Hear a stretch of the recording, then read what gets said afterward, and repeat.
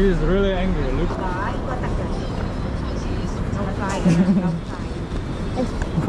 Sorry. Buranın en sevdiğim uyu bu. Her yerde böyle sokaklarda kestane satılıyor.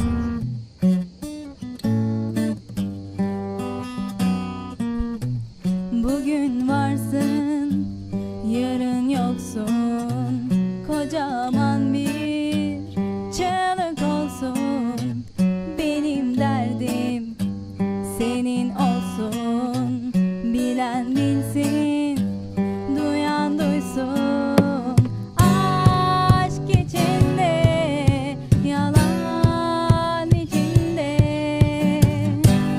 Tek bir ayna, bin bir biçimde.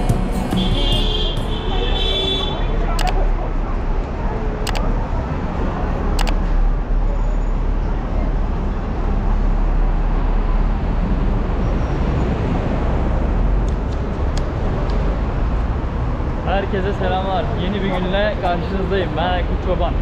Bugün Hong Kong'da bayağı büyük bir tane tapınak vardı. Uzun zamandır gelmeyi planlıyordum buraya. Oraya gideceğim. Ondan sonra da rastgele birkaç yer daha ziyaret edeceğim. Şimdi Hong Kong'un merkezindeyim. Central denilen bölgedeyim. Normalde bu kadar kalabalık olmuyor. Çok kalabalık şu an çünkü herkesin elinde poşetler var, görüyorsunuz. Öğlen yemeği saati. Herkes dışarı çıkıyor ve şu yukarıda restoranlar falan var. O restoranlara gidiyorlar. O yüzden bayağı bir kalabalık.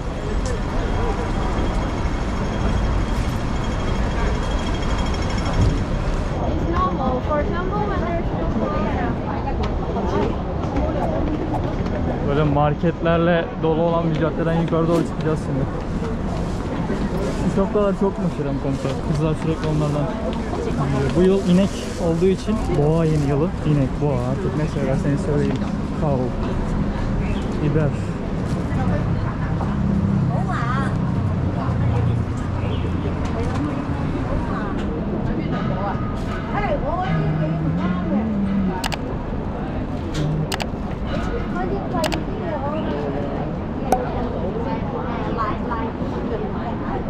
What they are doing? Potato. Meyve suyu yapıyorlarmış orada da. Çin yeni yılında Ramazan, Kurban Bayramı gibi Türkiye'deki çocuklar gibi böyle değişik süslü kıyafetler giyiniyorlarmış. Bunun hissiyatı güzel. This is my favorite.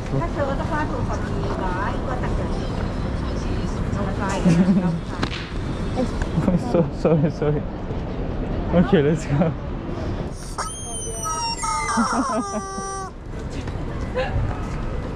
She will be angry. Don't do it. Is there any Turkish flag? Oh, is it this one? No. There's not. How much? $10. But no Turkish threads. Yes. 唔係，我想揾土耳其嘅 cake。土耳其。Şapkalara baksanıza.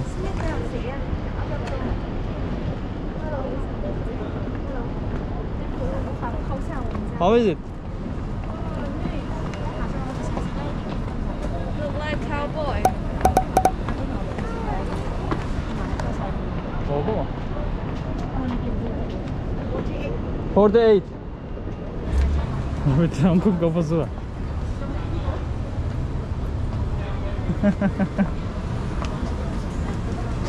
Böyle şeyler de var. Böyle değişik ürünler de var burada. Buraya gelmiştim. Halloween videomda var. Buraları komple kapatmışlardı. Eğer o videoyu da izlemediyseniz açıklama kısmına koydum. Oradan izlersiniz. Acayip güzel bir video olmuştu. Çok eğlenceliydi. Mutlaka izlemelisiniz. Rüzgar gülleri. Faichang.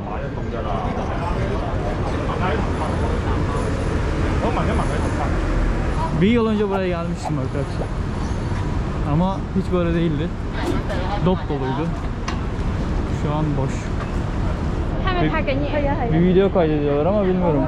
Şuralarda falan kameramanlar var. Burada spor yapıyorlar. Burada da aynı şekilde antrenman yapıyorlar.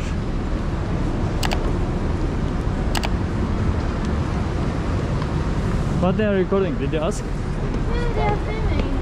She is waiting because of this here. She is angry. She is really angry. Look. And then tall. Abi burada film çekiyorlar. Bayağı bir. Şurada kız bekliyor işte. Surat ifadesi falan bayağı bir sinirli. Bilmiyorum. Kavgalı dövüşlü bir sahne çekiyorlar sanırım. Bir tane şurada var. Gangster panda. Silahlı milahlı. Ellerinde silah var. Arkadaşlar burası bayağı eski, yerel, bitkisel ilaç dükkanı. Şurada şeker kamışı falan var. Şeker kamışı suyu sıkıyorlar, dolaba koymuşlar. Aynı zamanda burada kaplumbağa jeli de satıyorlarmış. Yine bitkisel ilaç olarak. Yani kaplumbağayı jelleştirmişler. İlaç olarak satıyorlar. Bizde de var. Bazen kirpiyi yapıyorlar, yiyorlar mesela ilaç olarak. Onun dışında birkaç hayvanı da yiyorlar. Bunlar da kaplumbağayı yiyorlar jel olarak. Ama sağlık için yiyorlar. Keyfi yemiyorlar en azından. Bu iyi. Hong Kong'da son pandemik durum bu. Herkes iç içe ama vakalar artmıyor. Dikkat ediyorlar. Gayet iyi kontrol ediyorlar. Burası da bayağı ünlü bir yer Hong Kong'da. Eski ağaç kökleri. Bunlardan çok var bu bölgede.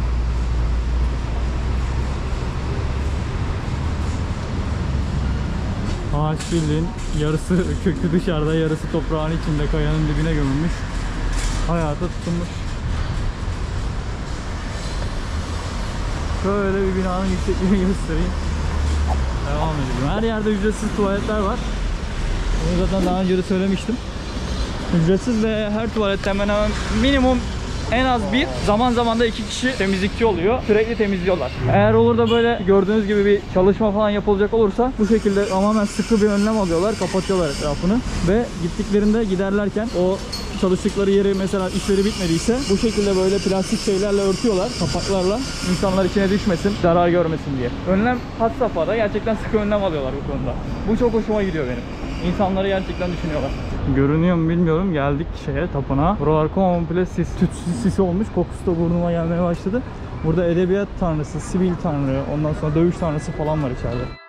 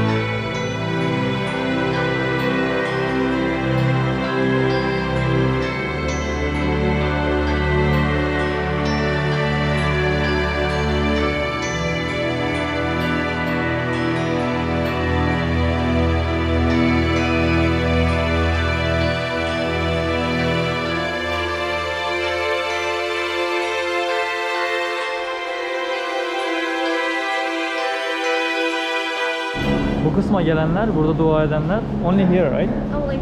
Daha önce içeriye gelip dua etmişler. Duaları kabul olmuş. Kabul oldukları için işte buradan bir takım böyle dilek kağıtları ile birlikte mumlarla, tütsülerle tekrardan buraya teşekkür dilekleri için geliyorlar ve teşekkür ediyorlar. Sadece bu kısım. İçeriki kısım değil.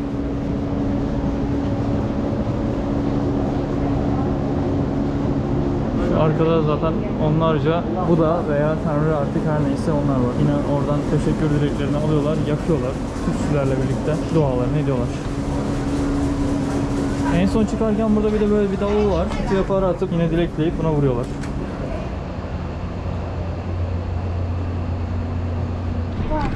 Tapınak bu kadardı. Şimdi Kowloon Bay tarafı var. Kowloon Bay'de güzel parklar falan var. Çadırı yanıma aldım. Biraz gideceğim, orada oturacağım. Daha önce gemi limanına gitmiştim. Bayağı büyük. Virüslü gemi diye. O limanın orada oturacak çok güzel yerler vardı. O zamanlar kapalıydı. Şimdi açık. O tarafa geçeceğim. Gittiğimde gösteririm. Buralarda böyle eski tarihi eser ürünler, hediyelik eşyalar falan satıyorlar. El yazması yapıyor adam burada.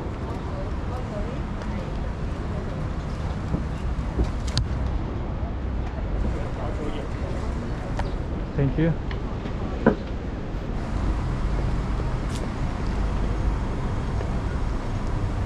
Bu amcanın elyası da güzelmiş. Ve şimdi geldik Kwun Tong denilen bölgeye. Tam da burası. Hemen şuradan az ileriden gidince sahile varıyor. Bu dünya için biraz iyi dileklerde bulundum. O tapınakta. Umarım daha iyiye gider, daha iyi olur. Şimdi şu az ileride dediğim gibi çok güzel yeşil alanlar vardı. Oraya gideceğim. Ya buranın en sevdiğim uyu bu. Her yerde böyle sokaklarda kestane satılıyor. Ve mükemmel tadı var. Tek sıkıntı kesmiyorlar, kestaneleri açmıyorlar. O biraz sıkıntı. Onun dışında hepsi gayet güzel. Yenilebilir. Yine her yerde sokak satıcıları. İşte böyle ara sokaklar, değişik satıcılar var.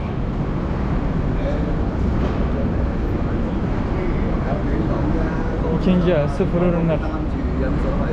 Sokağın sonuna kadar gidiyor. Böyle muhteşem sokaklar da var tabii.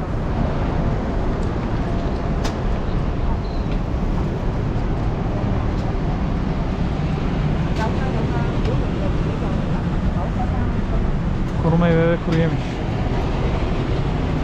Orada da fırın var, kurutuyorlar. Buranın birçok ucuz marketi böyle. Bu tarz marketler gördünüz mü bilin ki sadece stok ürünleri herhangi bir depo kiralayıp koymuşlar içine, ucuzdan satıyorlar. Bayağı bir ucuz. 30'lu yumurta 29.90. Bu yeşil alana geçmek için böyle bir yolu kullanıyorum. Burada da yazıyor zaten. 6'dan 12'ye kadar çıkmış. Buradan yine yük gemileri falan kalkıyor. Buraya tırlar, kamyonlar geliyor. Yüklerini yüklüyor gemilere. Bu bölge biraz öyle bir bölge. Daha önce korkuyorlardı bu bölgeden. Çünkü çok virüs olayları falan döndü. Gemiler falan yanaştı ama şimdi artık güvenli. Problem yok. Öyle demir parmaklıklar falan. Değişik bir yer. Bunlar da işte rampalar. Gemiler ve kamyonlar için, tırlar için. Hong Kong'da genelde iskeleler, böyle yerel iskeleler böyle oluyor. Ama burada bayağı yaşıyorlar ya, yerleşmişler buraya. İlk defa görüyorum. Sai Kung'da, ondan sonra Stanley bölgesinde falan hep bu şekilde iskeleler var. Böyle yerleşmişler buralara. Sanırım bunlar da bir takım evsiz Hong Konglular. Here is okay. Mekanımız burası. Az ileride bir tane daha çadır var, gölgelik var. Bir de burada var. Oralarda takılırız ya. Gölge ya. Gölge nereye gider? Şuralara bir yere gider herhalde. Şuraya açayım çadırı.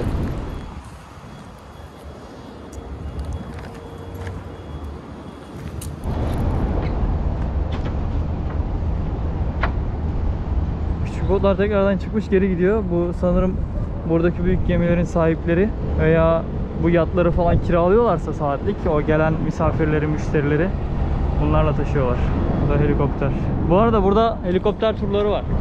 Kaç paraydı? Kişi başı 1500 lira veya 2000 lira mı? O civarda bir şey. Yarım saat veya bir saat. Bir de Macao'ya buradan helikopterle falan gidebiliyorsunuz. O biraz daha pahalı. Macao'da işte buranın bir başka versiyonu. Çin'in bir başka özel bölgesi.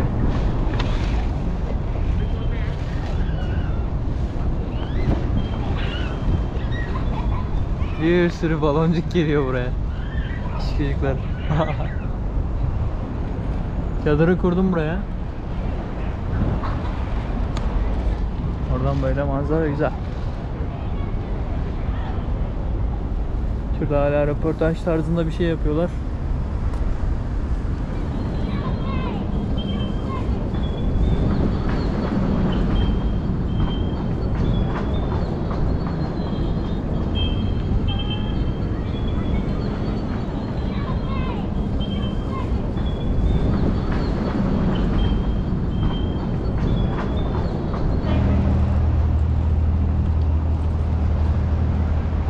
Burası birçok ofisin olduğu bir bölge. Kwun Tong. Bu arkalarda falan yüksek binalar var. İnsanlar ilk başlarda buraya gelmişler. İşte fabrika gibi düşünün. Birçok fabrika burada. Kurmuşlar bu iş yerlerini. Sonra bakmışlar ki işte insanlar dışarı çıktığında öğle aralarında, yemek aralarında ne yapacaklar, ne edecekler? Gidecek yer yok. Her yerde çok pahalı gerçi. Bu Bu kesim de biraz pahalı. Sonra bu aniden yeşil alanları yapmaya başlamışlar. Şu en baştan başlıyor yeşil alanlar. Buraya kadar devam ediyor. Aynı zamanda işte insanlar buraya koşmaya geliyor, spor yapmaya falan geliyor. Görüyorsunuz işte. Şurada zaman zaman onların farklı tai chi hareketleri var. Esneme hareketleri. Onları yaptıklarını gördüm bugün içinde. Şu karşıda kruz gemilerinin yanaştığı o 10 gün, 15 gün, işte bir ay, 2 ay tatile gittikleri gemiler var. Biliyorsunuz dünya turu yapıyorlar o gemilerle. Daha önce bahsetmiştim. Sefer başına 70-80 bin Hong Kong doları, 70-80 bin TL civarında para ödüyorlar. Onlar buraya yanaşıyor. Buradan alıyor Hong Kongluları. Hemen şurada birkaç tane yine iskele var. Bu bölgeden karşı bölgelere gitmek için. Böyle değişik bir semt burası. Feeling so small, watch the clock ticking off the wall, but tonight I'm letting it go. Spend my coin for sure. I'm gonna be myself, or I could be someone else. No one's stopping me now. I'm gonna skip my breaks, I'm gonna make mistakes. I just wanna feel alive. It's just what I do when I'm out so. Yukarıdan görüntü mükemmeldi ama çok acayip rüzgar var. Şimdi biraz duruldu fakat güneş gitti. Az önce acayip deli rüzgar esiyordu. Görüntüler çok iyiydi. Çok hoşuma gitti. Umarım siz de beğenmişsinizdir.